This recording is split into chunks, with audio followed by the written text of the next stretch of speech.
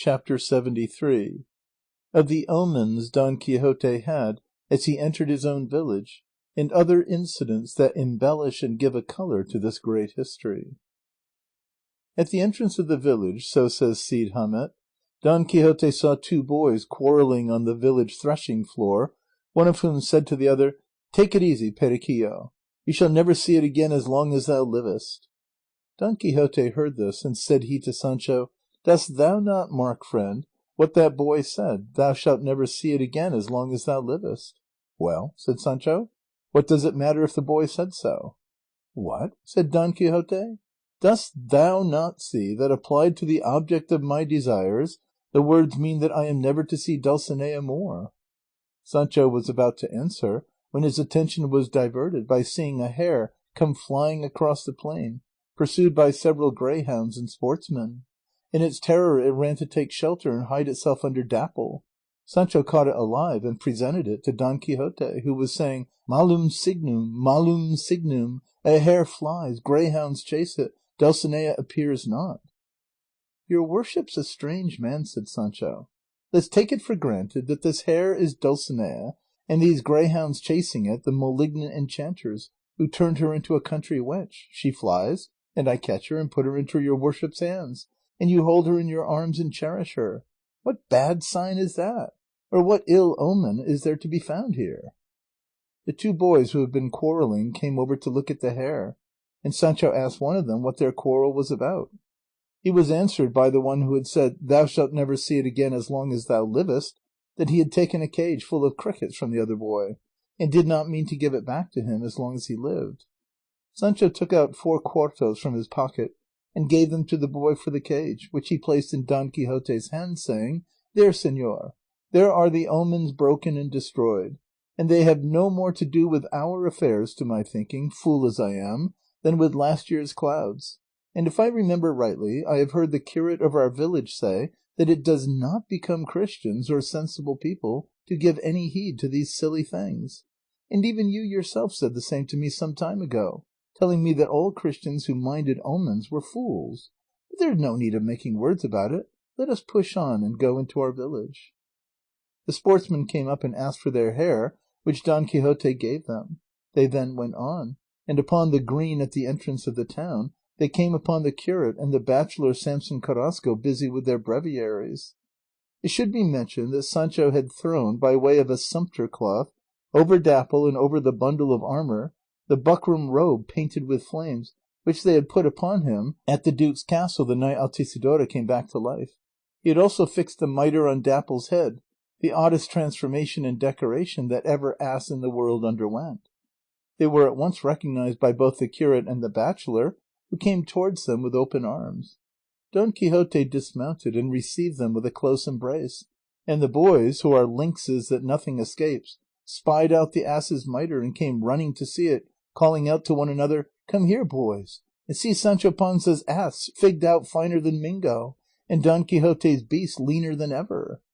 So at length, with the boys capering round them, and accompanied by the curate and the bachelor, they made their entrance into the town, and proceeded to Don Quixote's house, at the door of which they found his housekeeper and niece, whom the news of his arrival had already reached. It had been brought to Teresa Panza, Sancho's wife, as well, and she, with her hair all loose and half naked, dragging Sanchica her daughter by the hand, ran out to meet her husband. But seeing him coming in by no means as good case as she thought a governor ought to be, she said to him, "How is it you come this way, husband? It seems to me you come tramping and footsore, and looking more like a disorderly vagabond than a governor." "Hold your tongue, Teresa," said Sancho. "Often where there are pegs there are no flitches. Let us go into the house, and there you'll hear strange things. I bring money, and that's the main thing, got by my own industry without wronging anybody." "You bring the money, my good husband," said Teresa, "and no matter whether it was got this way or that, for, however you may have got it, you'll not have brought any new practice into the world." Sanchica embraced her father, and asked him if he brought her anything, for she had been looking out for him as for the showers of May; and she, taking hold of him by the girdle on one side, and his wife by the hand, while the daughter led Dapple, they made for their house, leaving Don Quixote and his in the hands of his niece and housekeeper, and in the company of the curate and the bachelor. Don Quixote at once, without any regard to time or season, withdrew in private with the bachelor and the curate, and in a few words told them of his defeat, and the engagement he was under not to quit his village for a year, which he meant to keep to the letter without departing a hair's breadth from it, as became a knight-errant bound by scrupulous good faith and the laws of knight-errantry, and of how he thought of turning shepherd for that year and taking his diversion in the solitude of the fields, where he could with perfect freedom give range to his thoughts of love while he followed the virtuous pastoral calling. And he besought them, if they had not a great deal to do and were not prevented by more important business, to consent to be his companions, for he would buy sheep enough to qualify them for shepherds. And the most important point of the whole affair, he could tell them, was settled, for he had given them names that would fit them to a T. The curate asked what they were. Don Quixote replied that he himself was to be called the shepherd Quixotize, and the bachelor the shepherd Carrascon, and the curate the shepherd Curambro, and Sancho Panza the shepherd Pancino. Both were astounded at Don Quixote's new craze. However, lest he should once more make off out of the village from them in pursuit of his chivalry, they, trusting that in the course of the year he might be cured, fell in with his new project, applauded his crazy idea as a bright one, and offered to share the life with him. And what's more, said Samson Carrasco, I am, as all the world knows, a very famous poet, and I'll be always making verses, pastoral or courtly, or as it may come into my head, to pass away our time in those secluded regions where we shall be roaming. But what is most needful, sirs, is that each of us should choose the name of the shepherdess he means to glorify in his verses, and that we should not leave a tree, be it ever so hard, without writing up and carving her name on it, as is the habit and custom of love-smitten shepherds. That's the very thing, said Don Quixote, though I am relieved from looking for the name of an imaginary shepherdess, for there is the peerless Dulcinea del Toboso, the glory of these brooksides, the ornament of these meadows, the mainstay of beauty, the cream of all the graces, and, in a word, the being to whom all praise is appropriate, be it ever so hyperbolical. Very true, said the curate, but we the others must look about for accommodating shepherdesses that will answer our purpose one way or another. And, added Samson Carrasco, if they fail us, we can call them by the names of the ones in print that the world is filled with, Filidas, Amarilises, Dianas, Fleridas, Galatias, Belisardas, for as they sell them in the marketplaces, we may fairly buy them and make them our own.